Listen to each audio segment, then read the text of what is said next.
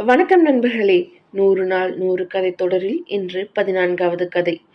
பிறக்கும் போதே 16 வயதுல இறக்க வேண்டும்ங்கிற நிபந்தனையின் பெயர்ல பிறந்தவன் தான் அபிமன்யு. சந்திரதேவர் மற்றும் ரோஹிணி தேவியின் மகன்தான் இந்த வர்ஷத். ஒரு முறை தேவர்கள் அனைவரும் சந்திரனிடம் பூலோகத்தில் உள்ள அதர்மிகளை அழிக்க தங்கள் மகன் மனிதனாக பிறக்க வேண்டும் அப்படின்னு சொன்னாங்க. தன்னோட மகனை பிரிய மனசில்லாத சந்திரதேவர் 16 ஆண்டுகள்ல மீண்டும் தன்னிடம் வரணும் அப்படிங்கிற நிபந்தனையின் பெயர்ல சம்மதிச்சாரு.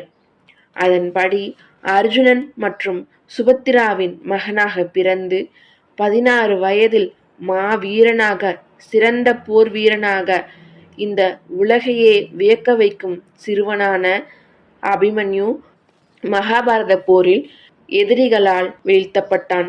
தர்மத்தை நிலைநாட்ட போரிட்டு வீர மரணம் அடைந்து சந்திரதேவனிடம் மீண்டும் திரும்பிச் சென்றான். அதனாலதான் அபிமன்யு அந்த சின்ன வயசிலேயே இறந்து போனான். இதுதான் அபிமன்யு என்னும் வருஷத்தின் கதை.